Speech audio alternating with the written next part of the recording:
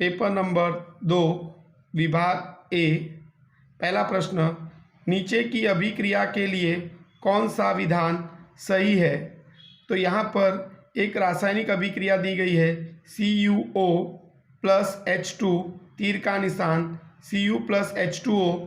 तो यहाँ पर इस अभिक्रिया में CuO में से ऑक्सीजन दूर हो रहा है, तो यानी कि ऑक्सीजन दूर हो रहा है तो इसका होता है अपचयन, और H2 में ऑक्सीजन जुड़ रहा है तो उसका हो रहा है उपचयन। तो उपचयन और अपचयन दोनों अभिक्रिया हो रही है, इसलिए बोलेंगे उपचयन अपचयन अभिक्रिया, अथवा इसको रेडॉक्स अभिक्रिया भी कहते हैं। दूसरा प्रश्न है, ब्यूटेनॉन में कौन सा प्रकार्यात्मक समूह है?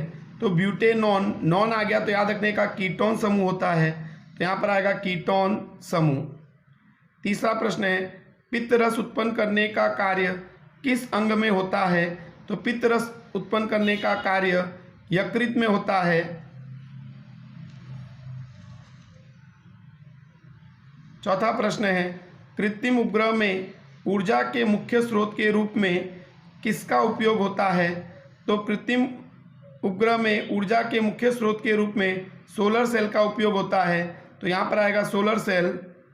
पांचवा प्रश्न है, उत्तल लेंस की फोकस दूरी 25 सेमी है तो उसकी क्षमता कितनी होगी? तो याद रखने का आपको कि यहाँ पर P बराबर 1/f सूत्र का उपयोग करके अगर आप निकालेंगे, यहाँ पर इसको पहले हम सेमी से मीटर में बदल देंगे और फिर उसके बाद P यानी पावर यानी क्षमता निकालेंगे, तो उत्तर आएगा +4.0D। तो यहाँ पर उत्तर आएगा +4.0D। छठा प्रश्न है, प्रिज्म द्वारा होने वाले श्वेत प्रकाश के विभाजन में किस रंग के प्रकाश का वेग महत्तम होता है? तो जिसका विचलन सबसे कम होता है उसका वेग महत्तम होता है, तो यहाँ पर उत्तर आएगा लाल।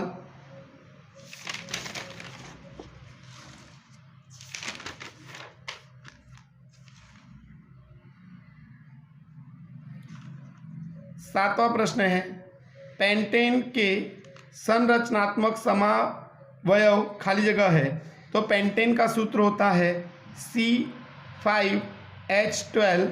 तो यहाँ पर जितने कार्बन होते हैं उससे 2 कम समावयव बनते हैं, तो यहाँ पर 5 कार्बन है इसलिए इसके 3 समावयव बनेंगे, तो उत्तर आएगा 3। आठवां प्रश्न है, आधुनिक आवर्त नियम के अनुसार तत्वों के गुणधर्म उनके खाली जगह के आवर्त फलन में होते हैं। तो आधुनिक आवर्त सारणी में पूछे तो तत्वों के गुणधर्म उनके परमाणु संख्या के आवर्त फलन में होते हैं। नौवां प्रश्न है, पर्णरंध्र के खुलने और बंद होने की क्रिया का नियमन खाली जगह करता है, तो आएगा रक्षक कोशिका।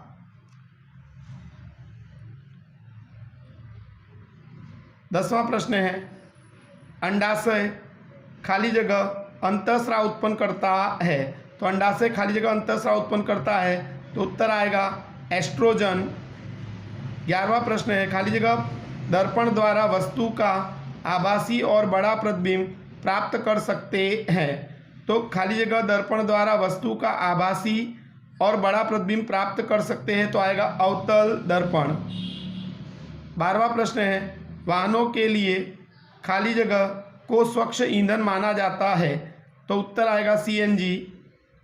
13वां प्रश्न है, सिलिकॉन अर्धधातु तत्व है, तो ये कथन सत्य है, तो यहाँ पर आएगा सत्य। आपको परीक्षा में सत्य असत्य लिखना होता है, निशान नहीं बनाना होता है। 14वां प्रश्न है, छिपकली पक्षी और मनुष्य अग्र उपांग के अस्थियों की अंतस्थ रचना अलग अलग है, तो ये कथन कैसा है? असत्य है, कारण कि पक्षी, छिपकली और मनुष्य के अग्र उपांग की अस्थियों की अंतस्थ रचना समान होती है, इसलिए उसको समजात अंग कहते हैं, तो यहाँ पर यह कथन असत्य है।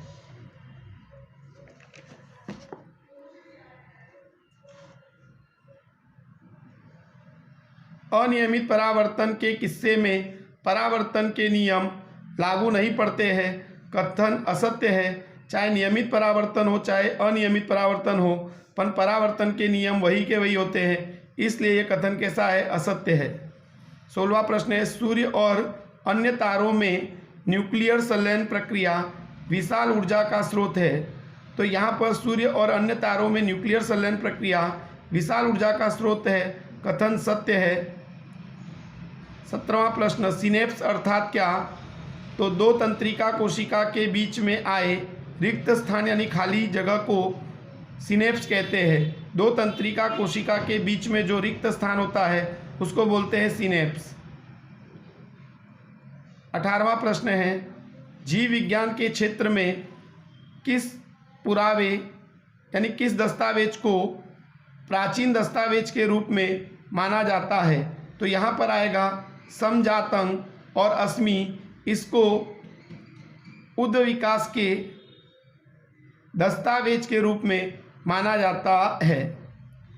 19वां प्रश्न है कर्णपाली अर्थात क्या? उसको ध्यान में लेकर प्रभावी और प्रच्छन्न लक्षण कौन से हैं? तो जो हमारा कर्ण पल्लव है उसका नीचे का जो भाग होता है उसको बोलते हैं कर्णपाली, और उसको ध्यान में रखकर प्रभावी और प्रच्छन्न लक्षण बताने हैं। तो मुक्त कर्णपाली प्रभावी लक्षण है। ज़्यादातर व्यक्तियों में जो कर्णपाली है वो जुड़ी नहीं होती है तो वो प्रभावी लक्षण है, और जुड़ी हुई कर्णपाली प्रच्छन्न लक्षण है। बहुत कम व्यक्तियों में कर्णपाली जो होती है वो जुड़ी होती है तो उसको बोलते हैं प्रच्छन्न लक्षण। 20वां प्रश्न है ओम का नियम लिखो। तो धातु के तार के दो सिरों के बीच का विद्युत विभवांतर उसमें से प्रवाहित विद्युत धारा के समानुपाती होता है, तो इसको बोलते हैं ओम का नियम। तो V विचरण I, तो यहाँ पर विचरण का निशान हटाकर बराबर का निशान लगाएंगे तो अचलांक लिखेंगे R, तो V बराबर IR।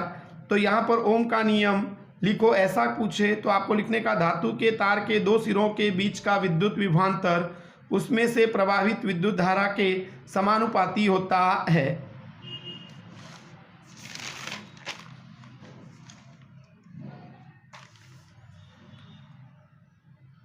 इक्कीसवां प्रश्न है अम्लीय वर्षा के लिए जवाबदार ऑक्साइड कौन सा है? तो अम्लीय वर्षा के लिए जवाबदार ऑक्साइड है SO2 और NO2। 22वां प्रश्न है CFC का पूरा नाम लिखो। तो CFC का पूरा नाम क्लोरोफ्लोरोकार्बन। 23वां प्रश्न गंगा सफाई योजना किस लिए शुरू की गई? तो उत्तर आएगा गंगा सफाई योजना ईस्वी सन 1985 में गंगा के पानी की गुणवत्ता को सुधारने के लिए की गई, क्योंकि उसमें कॉलीफॉर्म नामक जीवाणु पाया गया जो मनुष्य की आंतों में पाया जाता है। तो इससे गंगा का पानी जो उसकी गुणवत्ता थी वो कम हो गई थी, तो उसकी गुणवत्ता को सुधारने के लिए 1985 में गंगा सफाई योजना शुरू की गई। 24वां प्रश्न है सही जोड़े मिलाओ। विभाग ए और विभाग बी दिया है। अग्र मस्तिष्क, तो अग्र मस्तिष्क में हाइपोथैलेमस आता है। पश्चिम मस्तिष्क में लंब मज्जा आएगा, तो यहाँ पर आएगा ए का 3 और बी का 1। Thank you.